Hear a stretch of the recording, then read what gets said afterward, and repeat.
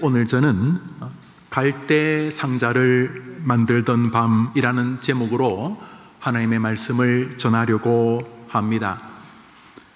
종살이 하던 애굽에서 나와 광야를 지나 가나안 땅으로 가는 이 출애굽 여정은 기독교의 구원 교리와 성경 전체의 주제를 해석하고 또 이해하는데 아주 중요한 사건입니다.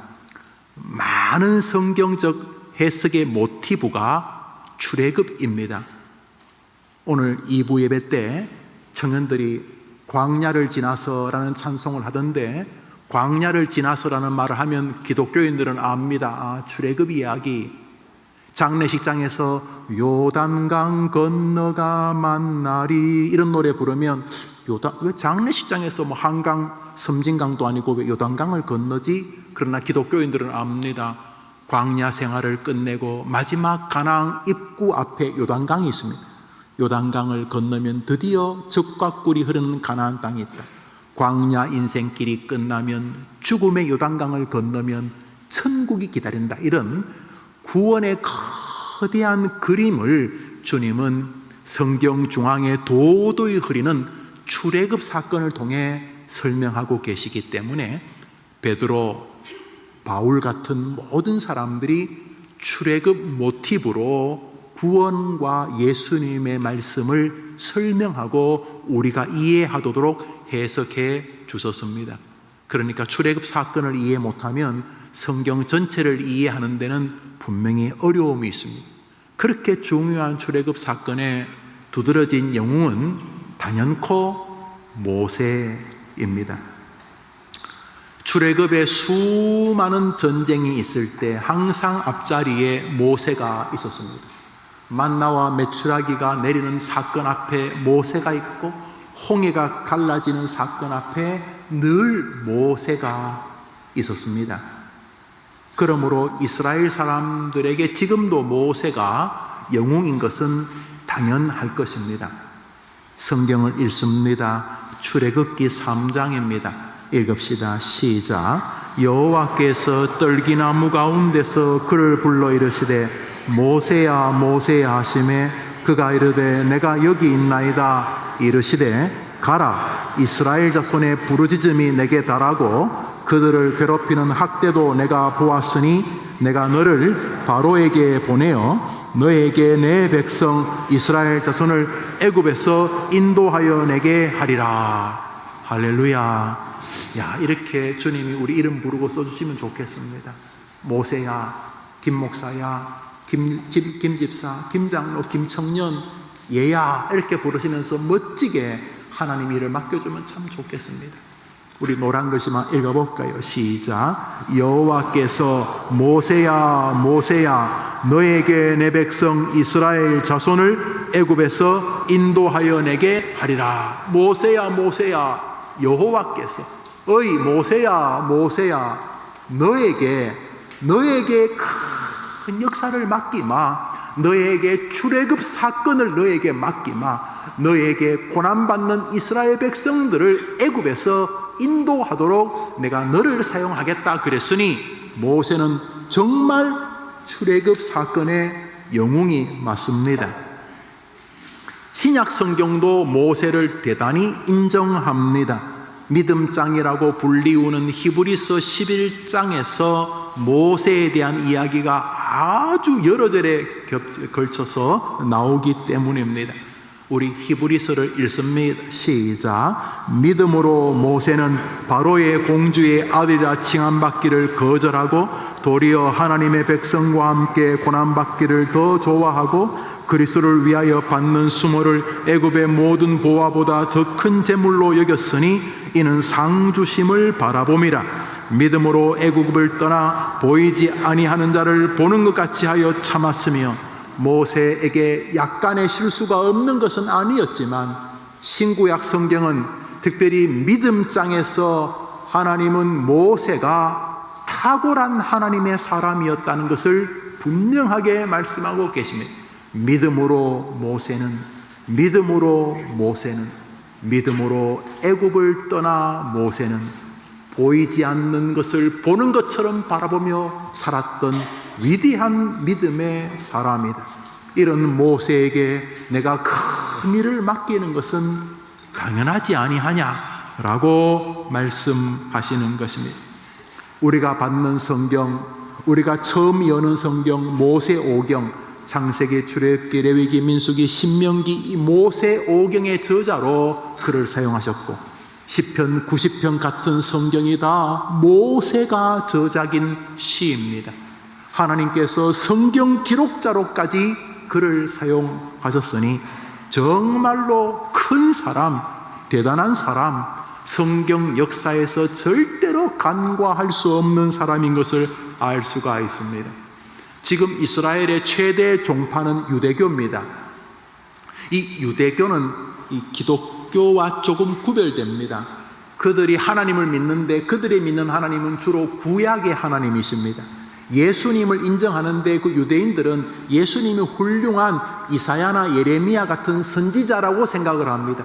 그러면서 아직도 다윗의 후손으로 오실 메시아를 기다리고 있습니다. 성경에서 다윗의 후손으로 메시아가 온다 그랬으니까 참 안타까운 일이긴 합니다만, 이 유대교가 나름대로 굉장히 노력하고 나름대로 믿음의 길을 걸어갑니다. 통곡의 벽 옆에 가보면 랍비들이 열심히 성경을 읽고 토라를 외우는 것을 보게 됩니다. 창세기부터 신명기까지 거의 다 외우더라고요.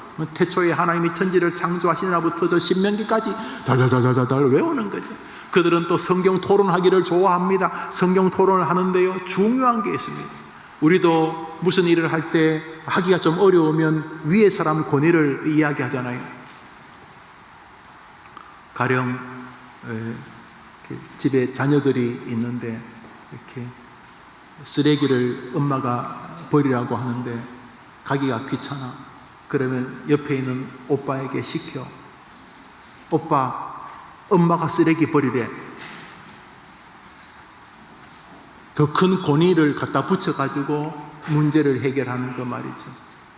그런 것처럼 유대교에서 최고의 권위자는 모세입니다. 그래서 유대교 랍비들이 신앙 토론을 하다가 모세께서 가라사대 그러면 토론이 종결됩니다. 최고의 성경 권위자가 모세이기 때문입니다. 그래서 역사를 보면은 이렇게 말했습니다. 모세는 돌아가셨으니까 모세의 28대 손인 랍비 누구께서 말하시기를, 이러면 그 모세와 연결이 되었다는 것 때문에라도 권위가 있었습니다. 그래서 모세의 사돈 팔촌께서 말씀하시기를, 그래도 사람들이 수긍했습니다. 그만큼 모세는 유대교에서 최고의 권위를 갖고 있는 인물입니다. 그러니까 이런 유대교 논쟁을 떠나서, 종교적 논쟁을 떠나서도 분명 모세는 탁월한 믿음의 사람이고 탁월한 능력 있는 사람이 아닐 수가 없습니다. 출애굽의 영웅 모세, 그렇게 불리울만 합니다. 그러나 오늘 우리가 읽은 성경을 가만히 보면은 정작 영웅은 모세만이 아니라는 것을 알 수가 있습니다. 왜냐하면 모세는 일종의 얼굴마담 같은 존재이고, 실상은 모세를 모세되게 하는 숨은 영웅들이 있었기 때문입니다. 먼저 오늘 본문에 등장하는 모세의 부모입니다. 이스라엘 사람들이 애굽에 와서 살게 된 것은 수백 년 전에 총리를 했던 요셉 때문이었습니다. 요셉이 탁월한 정치를 함으로써 요셉 당대와 요셉이 죽은 몇십 년 동안은 요셉의 후광이 있었습니다. 온 중동 지역과 아프리카 지역이 흉년이 수년간 들 때에 애굽에만 창고에 곡식이 많았습니다. 왜냐하면 요셉이 탁월한 정책을 폈기 때문입니다. 그래서 요셉은 살아있을 때 애굽 사람들에게 존경을 받았고, 그로 인하여 요셉의 가족들인 이스라엘 사람들까지 애굽 사람들의 사랑과 보호를 받았습니다. 그런데 요셉이 죽고 세월이 많이 흘렀습니다. 그러자 상황이 변하기 시작했습니다. 우리 성경 말씀을 읽습니다. 출애굽기 1장 8절부터 16절 읽읍시다. 시작. 요셉을 알지 못하는 새 왕이 일어나 애굽을 다스리더니 그가 그 백성에게 이르되 이스라엘 자손이 우리보다 강하도다. 히브리 여인 해산을 도울 때에 아들이거든 그를 죽이고 딸이거든 살려두라. 애굽의 왕이 요셉이 죽은 지 한 100년, 200년이 지나자 더 이상 요셉을 기억하지 못하는 왕이 등장한 다음에 아니 왜 유대 이스라엘 사람들이 이제 번성하지? 그래서 각 병원마다 아기를 낳는 시설마다 명령을 합니다. 히브리 여인이 자식을 낳을 때 아들이면 무조건 죽여라. 죽이지 않으면 너희들을 죽이겠다. 무서운 법을. 딸은 살려도 된다. 그래서 히브리 남자가 자꾸 죽으면 결국 자손이 없어지겠죠. 히브리 남자는 죽여라. 히브리 아이 중 아들이면 죽이라는 법을 선포합니다. 이 얼마나 참혹한 법입니까? 그렇지만 법은 무섭습니다. 북한에는 뭐 조금만 이인자가 나면 다 죽이지 않습니까? 그런 것처럼 꼼짝 못하는 법이 선포되었습니다. 요셉을 알지 못하던 바로 임금 애굽의 왕은 무시무시한 법을 선포하고 힘과 권력을 동원해 이스라엘 말살 정책에 들어갔습니다. 그러므로 아들을 살려두면 집안 전체를 죽여버렸기 때문에 법을 어긴다는 이유로 아들은 눈물을 머금고 죽임을 당하는 것을 부모는 지켜볼 수밖에 없었습니다. 바로 그 시절에 모세가 태어났습니다. 모세의 부모가 3개월 동안은 그저 애가 울지 못하게 겨우겨우 키웠나 봅니다. 3개월 동안은 숨기고 숨겼어. 그런데 3개월이 지나면서 아이가 좀 커가고 울음소리가 커가자 이거는 아이 때문에 부모와 형제들 다 죽게 생긴 것입니다.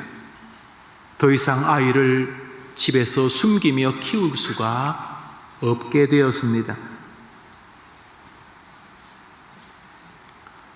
우리 출애굽기 2장 계속 읽읍시다. 시작. 레위 가족 중 한 사람이 읽읍시다. 시작. 레위 가족 중 한 사람이 가서 레위 여자에게 장가들어 그 여자가 임신하여 아들을 낳으니 그가 잘생긴 것을 보고 3달 동안 그를 숨겼으나 더 숨길 수 없게 되매 그를 위하여 갈대 상자를 가져다가 역청과 나무 진을 칠하고 아기를 거기 담아 나일 강가 갈대 사이에 두고 그의 누이가 어떻게 되는지를 알려고 멀리 섰더니 레위 사람 중에 부부가 있었는데 이 레위 부부가 아이를 낳습니다.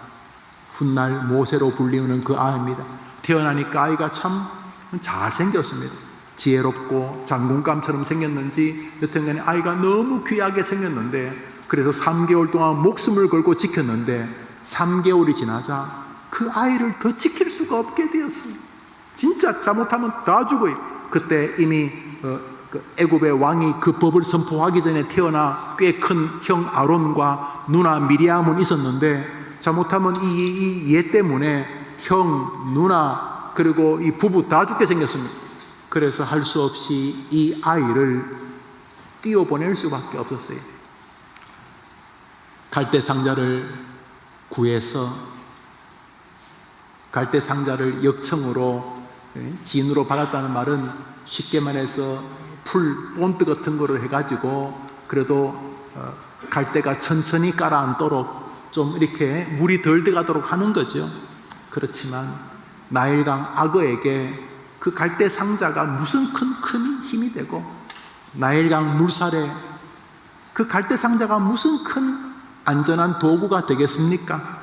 그러나 부모가 할 수 있는 일은 그거밖에 없지 않았습니까? 그래서 갈대 상자를 만들어서 혹은 갈대 상자를 구해서 그 아이를 그 안에 넣습니다. 그런데 그 누이는 차마 그 갈대 상자 곁을 떠나지 못하고 숲을 곁에 숨어서 갈대 상자가 떠내려가는지, 와서 사자가 그 악어가 한 입에 그냥 갈대 상자를 부셔뜨리고 아이를 잡아먹는지 지켜보고 있었습니다. 그런데 마침 그 나일강에 바로의 공주가 많은 신하들을 데리고 물놀이를 하러 온 것입니다. 목욕도 하고 물놀이도 하고 그렇게. 그 바로의 공주가 그 갈대 숲풀 사이에서 그 떠내려가기 직전에 갈대 상자를 발견합니다. 그 이후의 이야기는 여러분이 잘 아실 것입니다. 출애굽기 2장 한두 절을 더 읽읍시다. 시작. 바로의 딸이 갈대 사이의 상자를 보고 시녀를 보내어 가져다가 열고 그 아기를 보니 아기가 우는지라 그가 그를 불쌍히 여겨 이르되 이는 히브리 사람의 아기로다. 바로의 딸이니까 자기 아버지 바로가 히브리 남자아이를 죽이라는 법을 선포한 것 딸도 알았을 것입니다. 그런데 그 아이를 보는 순간 이 공주의 마음에 그 아이를 불쌍히 여기는 마음이 생겼습니다. 공주는 알았습니다. 이 아이가 히브리 아이라는 것을. 그래서 공주가 그 아이를 가만히 보고 있습니다. 기록에 의하면 공주는 처녀였고 죽을 때까지 결혼을 하지 않은 것으로 알려져 있습니다. 성경에 없는 이야기고 다른 이야기니까 그렇게 중요한 건 아닙니다. 그럴 수도 있고 아닐 수도 있는데, 공주는 아직 아기를 갖지 않았던 여인이었는데 그 아이를 보고 불쌍히 여기고 있습니다. 아마 속으로 어쩌지, 이 아이를 어떡하지, 그런 생각하고 있었나 봅니다. 그런데 마침 그 숲풀 곁에서 그 갈대 상자를 이렇게 지켜보고 있던 그 누나, 미리암이라고 누나가 손자같이 공주님에게로 달려갑니다. 기껏해야 9살, 10살 됐겠죠. 그 누나가 막 달려가지고 공주님. 그래서 넌 누구냐? 그랬더니 그 아이가 맹랑하게 이렇게 말합니다. 우리 출애굽기 2장 몇 절 더 읽습니다. 시작. 그의 누이가 어떻게 되는지를 알려고 멀리 섰더니 그의 누이가 바로의 딸에게 이르되 내가 히브리 여인 중에서 유모를 불러다가 이 아기에게 젖을 먹이게 하리까? 바로의 딸이 가라 하매 그 아기의 어머니를 불러오니 바로의 딸이 이르되 나를 위하여 젖을 먹이라. 그 아기가 자라매 바로의 딸의 아들이 되니라. 할렐루야. 그 누나가 막 따라 공주님 우리 동네에 저 잘 나오는 히브리 여자들 많은데 내가 그 중에 하나 데려와서 공주님 대신에 이 아이 키우라고 제가 말할까요? 그랬더니 공주가 그러면 되겠구나. 그래 데려오너라. 그랬더니 이 미리암이 그 여자아이가 가서 누구를 데려왔어요? 자기 엄마니까 또 누구 엄마예요? 모세. 이걸 보고 전문적인 용어로 뭐라 그래요? 짜고 치는 고스톱. 임금은 모르지, 공주도 모르고. 그래서 그 어미가 와서 자기 젖을 먹이면서 이제 공주의 아들을 기르고 있는 것이죠. 잠시 생각해 봅니다. 그 밤 갈대 상자를 구해서 역청을 바르며 눈물 흘리던 그 부모가 없었다면 출애굽의 영웅 모세가 있었을까요? 목숨 걸고 비록 3개월이지만 그 3개월 동안 아이를 살리려고 끊임없이 가슴 떨며 지키던 부모가 없었다면 출애굽 영웅은 우리가 만날 수 있었을까요? 생각해 봅니다.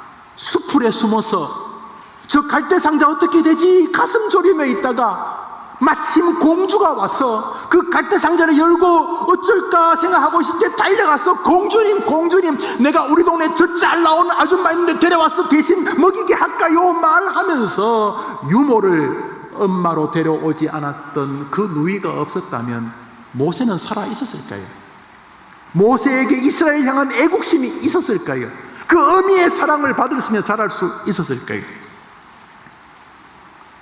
모세를 건지고 불쌍히 여긴 바로의 딸이 없었더라면 출애굽의 위대한 지도자 모세가 살아있을 수 있었을까요? 그런 면에서 겉으로 드러난 사람 영웅은 모세지만 진짜 영웅은 이들이 아닙니까? 이름 없이 빛도 없이 출애굽 여정에 보이지는 않지만 사실 출애굽 여정을 존재케 했던 그 이름 없는 성도들이 진짜 상이 있는 것 아닙니까? 성경을 보면 나대는 사람보다 밑에 감추어져서 빛도 없이 말도 없이 살았던 사람들에게 상이 더 크다고 말하는 것을 볼 때 진짜 이들이 영웅 아닙니까? 물론 이 모든 배후에 하나님의 탁월한 개입이 계셨습니다. 나일강의 거리가요, 찾아보니까 6,690km, 서울서 부산까지의 10배가 넘습니다. 세계에서 제일 큰 강 중에 하나가 나일강입니다. 6,690km 사이에 그 수풀이 거기만 있었겠습니까? 그런데 마침 공주는 그 넓고 긴 강 가운데 바로 그 자리에 도착했습니다. 하나님의 주권적인 섭리가 계셨습니다. 그럼에도 불구하고 출애굽 역사의 영웅 모세는 바로 그 이름 없는 사람들의 헌신을 통해서 존재했던 것을 보게 됩니다. 설교를 준비하면서 자료들을 찾다 보니 어떤 학자 가운데는 갈대 상자를 만든 것은 부모가 아니다, 이렇게 말하는 분이 계시더구만요. 다시 말해 어떤 장인이, 수공업자가 갈대 상자를 만들었는데 그 갈대 상자를 구해가지고 갈대 상자는 뭐 물에 띄워놓으려고 만든 건 아니니까 갈대 상자를 만들어서 부모가 거기 막 역청을 바르고 해서 이렇게 좀 방수를 했다, 뭐 이런 내용으로 해석을 하시는 것을 보았습니다. 갈대 상자를 누가 만들었는지는 크게 중요하지 않습니다. 어떤 기술자가 만들었든 혹은 부모가 만들었든, 그러나 중요한 것은 그 갈대 상자가 이스라엘의 구원 역사 출애굽의 출발이 되었다는 점입니다.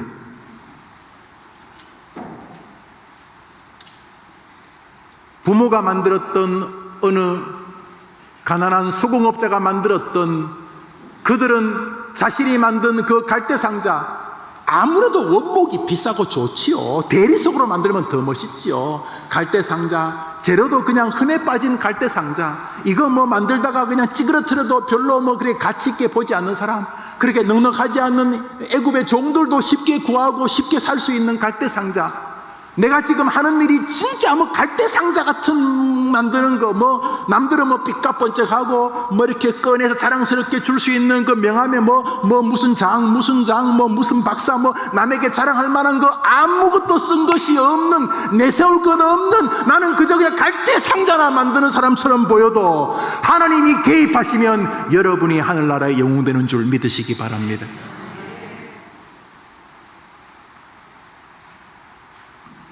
주의 나라의 부흥, 교회의 부흥은 그 이름 없는, 그렇게 앞에서 막 이렇게 나대고 뭐 강단에서 오늘도 뭐 지 혼자 떠들잖아요. 지 혼자.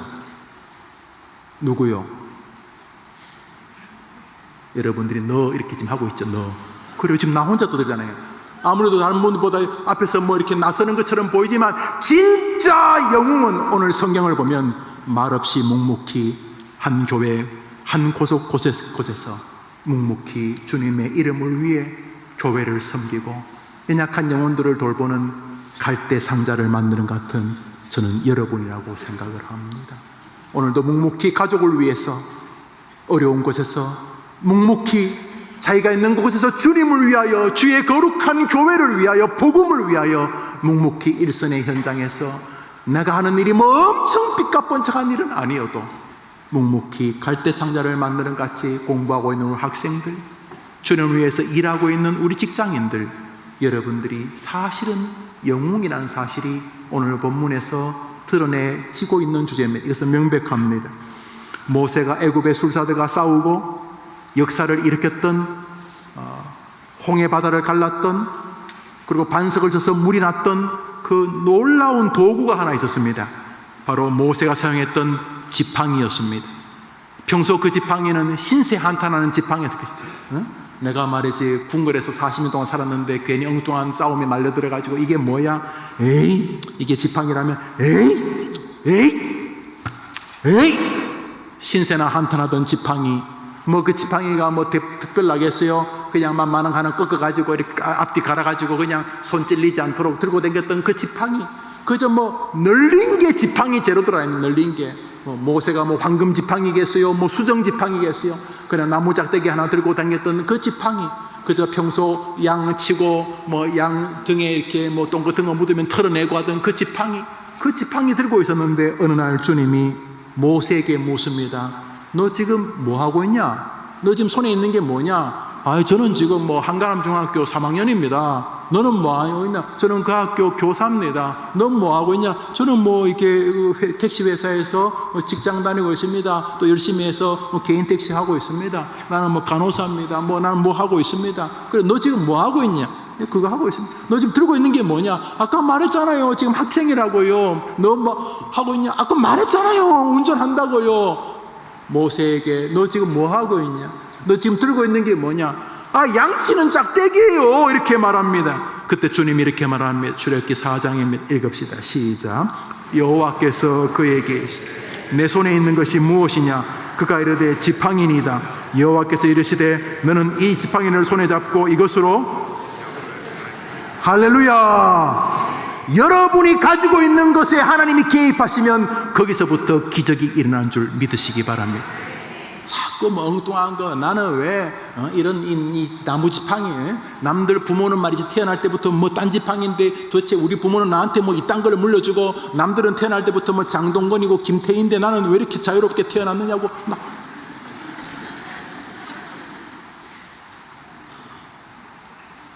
괜찮아요. 왜 괜찮냐 하면 주님 말하잖아요. 어이, 너 들고 있는 게 뭐냐?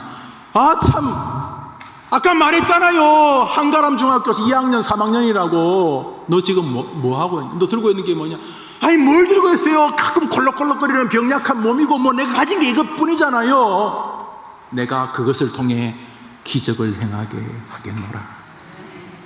지금 여러분이 하고 있는 일이 영웅 같은 모세가 아니어도 괜찮습니다.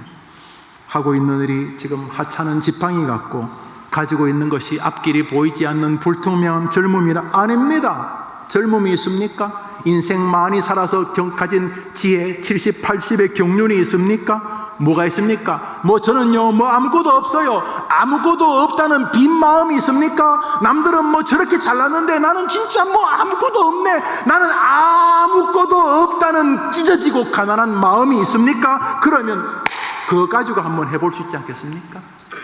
너 지금 들고 있는 게 뭐냐?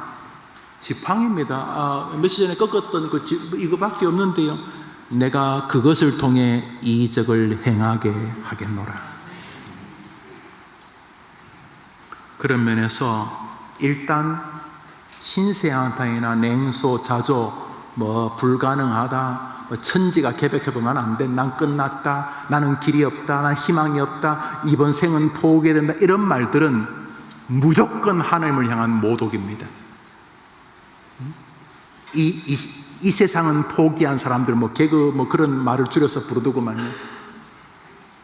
주님을 향한 모독입니다. 주님이 실수했다고요? 여러분은 그런 말 하지. 야, 너는 신이 실수했다. 불가능합니다. 하나님이 실수한다. 그 말이 됩니까?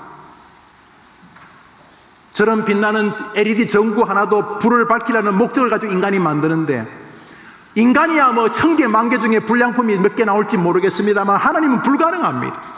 하나님은 장애를 가지고 태어난 사람에게도 뜻이 있고, 흑인으로 백인으로 황인종으로 태어난 뜻이 계시고, 태어날 때 사생자로 아버지가 돌아가시며 태어나게 하는 뜻이 계시고, 태어나자마자 부모님이 이혼해서 할머니, 외할머니, 이모, 고모 눈치 보며 자란 아이에게도 설명할 수 없지만 하나님의 뜻이 계십니다. 아니라고요? 실수했다고요? 우리 학생들, 하나님이 여러분을 실수했다고요? 말이 되는 것입니까? 하나님이 한 수 아래란 말입니까? 불가능합니다. 그런 면에서 일단 들고 있는 게 지팡이든 짝대기든 간에 하나님이 일하실 수 있음을 인정하게 되기를 바랍니다. 그래서 일단은 포기가 아닙니다. 일단은 절망이 아닙니다. 암 말기 헬압이라도 그리스도인들은 일단은 농담처럼이라도 좌절하지 않습니다. 왜냐하면 하나님의 전능함이 아직 존재하기 때문인 것입니다. 그래서 믿음의 사람은 항상 기다립니다. 모든 사람이 다 끝났다 뭐라 그래도 그리스도인들에게는 마지막 주님 앞에 서는 날까지 기다림의 신학이 존재합니다. 기다림의 신학. 뭐 어떤 사람이 여러분들 지나치게 비난해도 좀 기다려봐요. 그럼 비난하는 사람이 먼저 하늘나라 가요. 걱정 안 해도 돼요. 그러고 비난하는 게 맞으면 하나님 여러분 고쳐주실 것이고, 비난하는 게 틀리면 전화위복을 주세요. 하물며 질병도 마찬가지예요.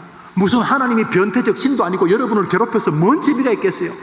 남이 아파하면 막 좋아가지고 막 남 아픈 거 보고 좋아하는 그런 병적인 인간들이 있을 수 있는데, 하나님은 불가능해요. 그러니까 질병에도 고통에도 뜻이 있는 줄 믿습니다. 그런 면에서 들고 있는 게 지팡이밖에 없다고, 뭐 나는 말이야 갈대 상자 정도밖에 안 돼, 이거 뭐 허드렛네, 뭐 원목 가구도 아니고, 걱정하지 마요. 갈대 상자가 만들어지는 그 밤 출애굽의 거대한 역사는 시작되었기 때문인 것입니다. 그러므로 일단 낙심 아니에요. 일단 냉소 아니에요. 일단 하나님을 기다리는 것이에요. 이사야 30장을 읽습니다. 읽읍시다. 시작. 여호와께서 기다리시나니 이는 너희에게 은혜를 베풀려 하심이요 일어나시리니 이는 너희를 긍휼히 여기려 하심이라. 대저 어떤 자가 복이 있다고요? 대저 그를 뭐 하는 자마다 복이 있다고요? 아니, 다른 건 못해도 기다릴 수는 있잖아요. 기다릴 수는 막 병상에서 기다리든 감옥에서 기다리든, 이거 용 빼는 재주는 없어도 우리 학생들 기다릴 수는 있잖아요. 뭐 어디 국 뛰어내려 죽고 그러기 전에 기다릴 수는 있죠. 모순이 뭐라 했어요? 대저 나를 기다리는 자는 복이 있도다. 그러니까 하나님 앞에 보이세요. 뭘? 하나님, 제가 하나님 기다리는 거 보이시죠? 이렇게. 그렇게 되기를 축원합니다. 지금 들고 있는 게 지팡이라고 너무 한숨 쉬지 마세요. 예, 옛날에 모세는요 손에 지팡이 들고 있지 않고요 금, 은, 보화를 들고 있을 거예요. 애굽의 공주의 딸이었으니까 뭐 대단한 거 아닙니까? 거의 뭐 귀족처럼 살았을 거예요. 배우는 것도 제왕학, 왕되는 학문을 배웠겠어요. 얼마나 대단했겠어요. 그런데 지금은 들고 있는 게 나무작대기 지팡이밖에 없어요. 그런데 그것 가지고 홍해를 가르기 시작합니다. 할렐루야. 여러분은 결코 하찮은 존재가 될 수 없습니다. 얼굴 없는 자리라고, 사람들에게 각광받는 자리가 아니라고 함부로 포기하는 것은 하나님 입장에서는 우습기 짝이 없는 것입니다. 위대한 출애굽의 역사의 진짜 영웅들은 그 밤 눈물로 갈대상자를 만들던 부모였을 것입니다. 가슴 조아리는 누이였고 모세를 불쌍히 여기는 바로 딸이었습니다. 이런 일이 있었습니다. 이스라엘이 진행하는 가운데 많은 나라가 괴롭혔는데 그 중에 하나가 이 산도적 아말렉입니다. 아말렉은 이 나라라기도 말할 수 없는 이게 완전 도적대들입니다. 그런데 워낙 도적질을 잘해가지고 나라처럼 불립니다. 치고 빠지는데 아주 능한 족속들이었습니다. 이 아말렉과 전쟁을 하게 됩니다. 괴로웠습니다. 앞에서 여호수아는 싸우고 있고 모세는 상위로 올라갑니다. 그런데 모세가 이렇게 손을 들고 있으면 여호수아의 군대가 이깁니다. 그런데 뭐 이 나이가 90, 100살 된 노인이 계속 손 들고 있을 수 있나요? 손을 이렇게 내요. 여러분, 제가 학교 다닐 때 가장 가벼운 벌이 손 들고 있는 것인데 손 좀 들어보셨어요, 여러분들? 참, 저는 행복한 목사예요. 이렇게 초등학교 때부터 모범생들하고 저는 목회하잖아요. 저는요, 진짜 이거 많이 들고 있었어요. 이 손을 처음에 들고 있다가 시간이 지나면 어떻게 돼요? 안에 또 거짓말까지들 하시고, 다 해봤잖아, 다 해봐. 이거 손 들고 있는 거 정말 힘들어요. 이거 팔도 아프고, 막 손을 못 내니까 울기도 하고, 막 그런다 치고, 막, 이게 손이 아픈 거예요. 노인이 이거, 아무리 전쟁을 이겨도 이게 들고 있을 수 있네, 사람이. 그런데 이깁니다. 모세가 손을 들고 있었으니까 이긴 거죠. 근데 어떻게 들고 있나요? 영웅들이 있어요, 영웅들이. 우리 출애굽기 17장을 읽읍시다. 시작. 여호수아가 아말렉과 싸우고 산 꼭대기에 올라가서 모세가 손을 들면 이스라엘이 이기고 손을 내리면 아말렉이 이기더니 모세의 팔이 피곤하며 아론과 훌이 한 사람은 이쪽에서 한 사람은 저쪽에서 모세의 손을 붙들어 올렸더니 그 손이 해가 지도록 내려오지 아니한지라 여호수아가 아말렉과 그 백성을 서서 무찌르니라. 할렐루야. 예, 전쟁은 모세가 손들고 있어서 이긴 것처럼 보입니다. 뭐 틀린 말은 아닙니다. 그러나 모세가 손을 들 수 있었던 것은 아론과 훌이 옆에서 받추어 줬기 때문인 것입니다. 결국 전쟁을 이기게 하신 하나님은 모세와 그를 돕는 여호수아, 아론과 훌을 통하여 이루신 것입니다. 여러분 꼭 기억하셔야 됩니다. 가정이든 교회든 이런 방식으로 부흥시키기를 원하십니다. 목사가 최선을 다하겠지만 목사 혼자 최선을 다하면 이 교회는 부흥할 리가 없습니다. 지금 이만큼이라도 이 코로나 사태에도 이렇게 예배당을 가득 채울 수 있었던 것은 아론과 훌, 혹은 김 목사도 누군가의 아론과 훌이 되었기 때문일 것이고 누군가가 저의 아론과 훌이 되었을 것이기 때문에 반드시 그렇습니다. 출애굽 보십시오. 모세 얼굴 마담이 있지만 사실은 진짜 영웅은, 성경적 영웅은, 성경은 앞에서 막 이렇게 높은 자리에 있는 거 별로 좋아하지 않잖아요. 그들은 이미 상 다 받았다. 저도 생각을 해요. 저는 하늘에서 받을 상이 참 거의 없을 것 같아요. 앞에서요 막 이렇게 무슨 목사님 그러고요. 제가 이번 주에 우리 교회 최고령자 97살에 된 최소순 권사님 집에 신방을 갔어요. 97살, 1925년생. 왜 이렇게 메말라요? 난 그거 보니까 감동이 오던데.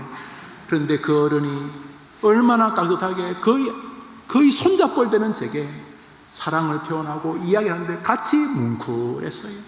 그러면서 무슨 생각을 했냐면 이분이 영웅이다, 그런 생각을. 교회가 너무 오고 싶은데 이제 다 의식도 똑똑하신데 다리가 많이 약해졌어. 걷는 게 힘들어요. 그동안 워커를 잡으면서 자꾸 걸려 넘어진다고 이제 이 스틱을 2개 구해서 그거 연습하고 계시더라고. 교회 오시겠다고. 귀한 일이죠. 누가 영웅이야? 누가? 이 해림교회 진짜 누가 영웅인가? 앞에서 뭐 있어 보이는 목사인가? 아니면 아론과 훌인가? 갈대상자를 만들던 그 밤이 출애굽의 시작이었던 것이죠. 출애굽의 역사는 별것 아닌 갈대 박스였습니다. 출애굽의 기적을 이루는 일은 그 별것 아닌 모세의 짝대기 지팡이였습니다. 그런데 진짜 영웅이 바로 그것과 그들이었음을 알게 됩니다. 교회가 망하면 교회에서 앞에 있는 사람들만 인정받는 것입니다. 그러면 그 교회는 망할 것입니다. 성경적으로. 그러나 교회가 흥황한다면 그 교회는 모세처럼 묵묵히 이름도 없이 빛도 없이 어린 아이들을 말없이 저 한쪽 구석에서 찬양 연습하면서 주님을 섬기는, 어디서 차량을 봉사하고 어디서 말없이 주님을 섬기는 그들을 통해 주님의 나라는 번성할 것이고 저는 그들이 상이 클 것을 조금도 의심하지 않습니다. 오늘도 묵묵히 주님의 이름으로 자기와 자기 가족들을 돌보기 위해 출근하는 그 아름다운 가장들, 어머니들, 아들, 딸들이 주님을 위해서 저 직장 생활에서 믿음으로 버티는 그들이 이 시대의 영웅이라고 저는 생각을 하는 것입니다. 사도 바울은 위대한 사람입니다. 로마서, 고린도, 전후, 갈라디아서, 에베소, 빌립보, 골로새, 데살로니가, 전후, 디모데, 디도서, 빌레몬서까지 사도 바울의 서신이 확실합니다. 12권, 신약성경 27권인데 거의 절반을 이 어른이 기록했습니다. 어떤 학자는 히브리서도 바울이 기록했다고 말하는 분도 계시던, 박윤선 목사님은 그래 보시던데 저는 약간 동의는 어렵습니다만 잘 모르시면 히브리서 기자가 누구라고 말하지 않으니까 히브리서에 이렇게 보면 이 바울 서신적 냄새가 없는 것은 아니지만 문체가 좀 구별된다는 것도 부정하기는 어렵습니다. 그러나 중요한 것은 그것을 빼더라도 신약성경 절반 가까이를 하나님은 바울에게 기록하셨습니다. 정말 위대한 사람이 아닐 수가 없습니다. 그 바울이 하나님의 명을 땅에서 기록했던 성경 중에 가장 빛나는 성경으로 불리워지는 성경 중에 다이아몬드라는 별명을 가진 게 로마서입니다. 왜냐하면 수많은 사람이 로마서를 통해 예수님을 영접하고 로마서를 통해 종교개혁이 일어났기 때문에. 그래서 로마서는 종교개혁의 복음서입니다. 성경 중에 다이아몬드라고 불리워지니까 로마서는 16장으로 이루어졌습니다. 그 15장까지는 그 이신칭의 오직 의인은 예수 그리스도를 믿음으로 산다는 진리를 설명했습니다. 그러면 우리 생각의 마지막 장에는 정리. 자, 지금까지 내가 했던 교리는 이것이다. 우리가 논문을 쓰면 제일 끝에 컨클루전 쓰면 제일 마지막에 결론. 그러므로 이 논문의 주제는 이것입니다. 이거잖아요. 그런데 마지막 장은 놀랍게도 교리가 아닙니다. 그 빛나는 성경을 마무리하면서 바울은 벅차오르는 감동으로 16장을 시작하는데, 놀랍게도 16장에는 잘 들어보지 못했던 사람들의 이름이 등장합니다. 첫 번째 등장하는 여인은 베베라는 여인입니다. 성경에 딱 한 번 나옵니다. 누군지를 모릅니다. 갱그리아 교회도 잘 모르겠는데 갱그리아 교회의 베베가 할머니인지 아주머니인지 처녀인지 남편이 먼저 돌아가셨는지 이혼을 당한, 우리가 누군지를 모르겠어요. 누군지를. 그런데 베베란 여인부터 시작해서 브루스길라, 아굴라 이런 30여 명의 이름이 등장합니다. 그 중에 3분의 2는 잘 모르는 사람입니다. 성경에 등장하지도 않는 인물입니다. 그 로마서, 그 빛나는 이신칭의 성경 로마서를 마무리하면서 왜 생뚱맞게 사람 이름을 기록하는 것입니까? 그게 16장 전부입니다. 왠 줄 아십니까? 바울이 로마서를 기록하면서 가슴 벅차게 주님의 은혜를 깨닫는 것입니다. 그게 뭡니까? 이 녀석아, 네가 영웅같이, 바울아, 너가 영웅같이, 진짜 영웅은 너에게 만들어줬던 이분들이다. 그것인 것입니다. 우리 로마서 16장 몇 절을 읽습니다. 읽읍시다. 시작. 갱그리아 교회의 일꾼으로 있는 우리 자매 베베, 그가 나의 보호자가 되었음이라. 나의 동역자들인 브리스가와 아굴라에게 문안하라. 그들은 내 목숨을 위하여 자기들의 목까지도 내어놓았나니 그들에게 감사하라.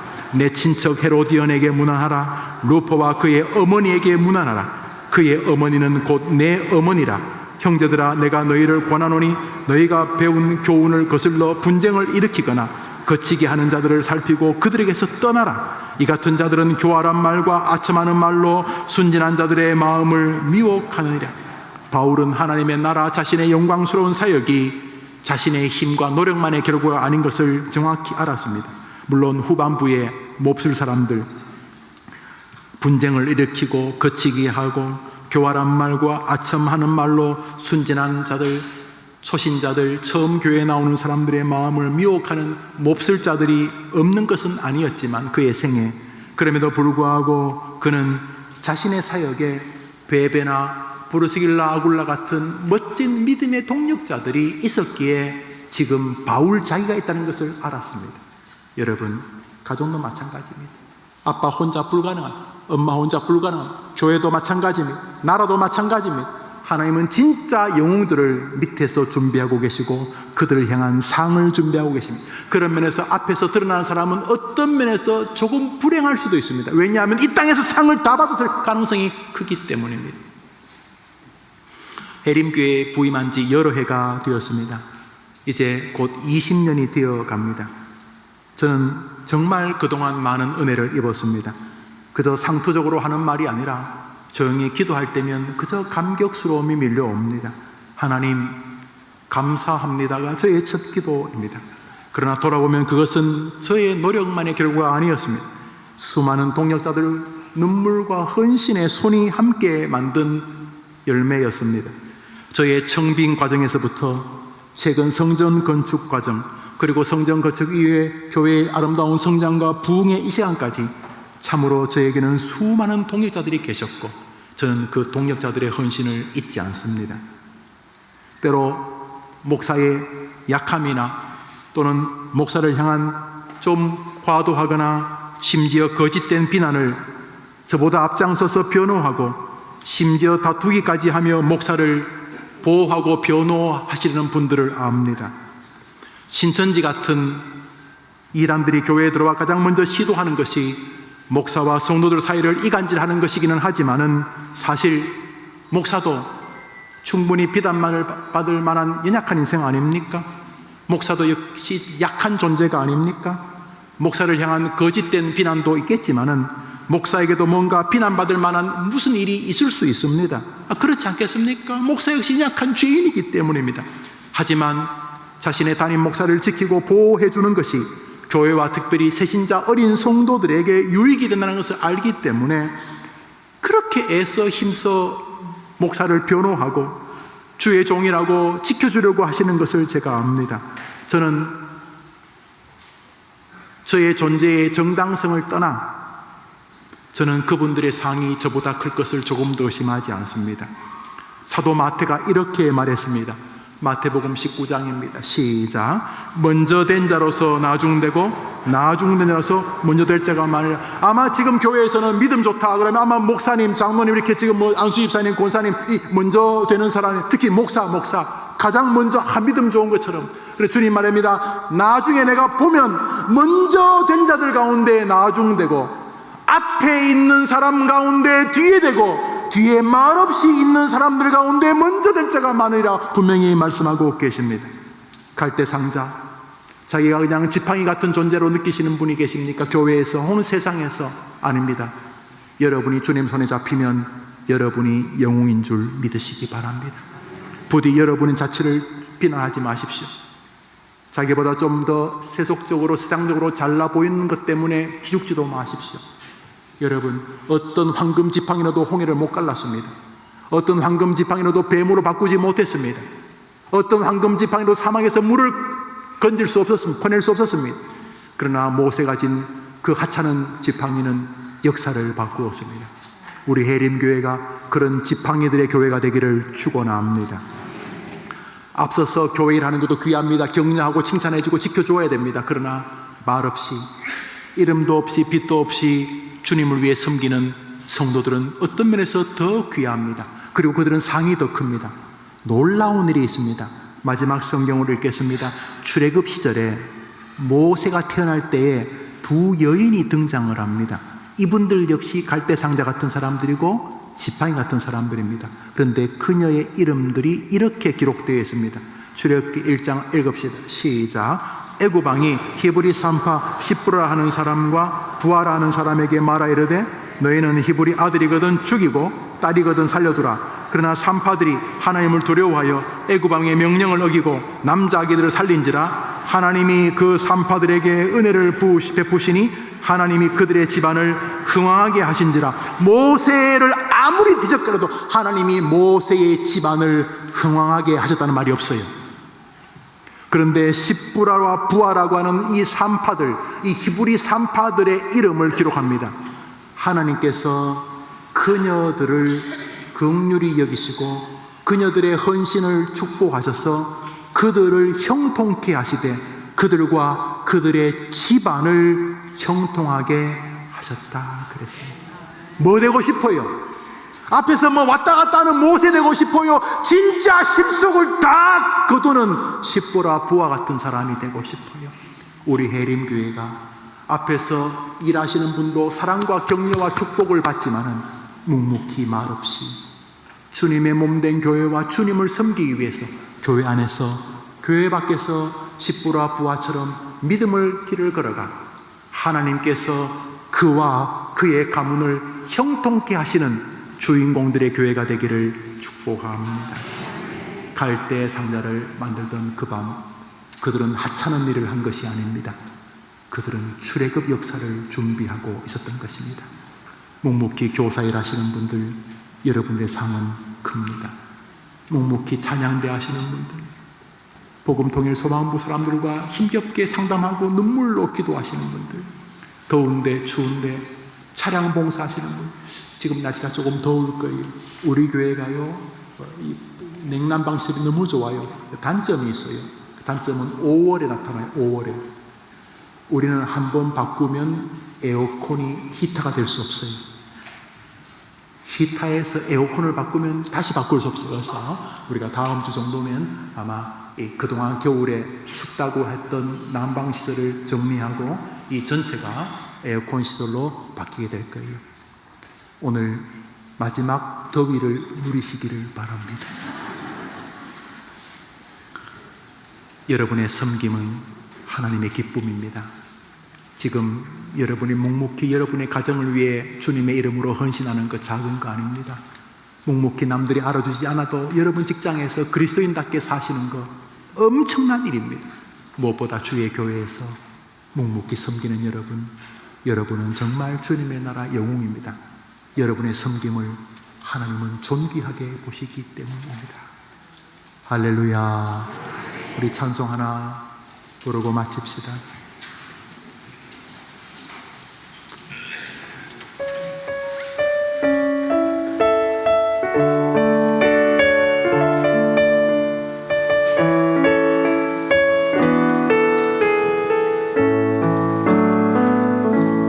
당신의 그 섬김이 천국에서 해같이 빛나리. 당신의 그 겸손이 천국에서 해같이 빛나리.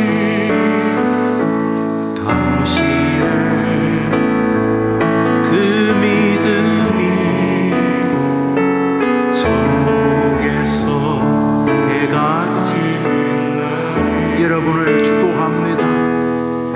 여러분의 동력에 감사합니다. 여러분은 하나님의 작품입니다. 비록 갈대상자 같지만 여러분을 통해 출애굽의 역사, 하나님의 영광의 역사는 시작될 수 있습니다.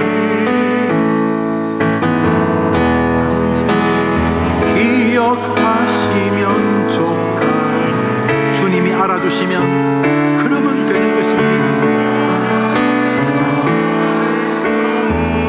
같이 자리에 일어나십니다. 천사고 흠모하는 아름다운 그 모습, 천국에서 해같이 당신의 그 섬김이, 당신의 그 섬김이 천국에서 해같이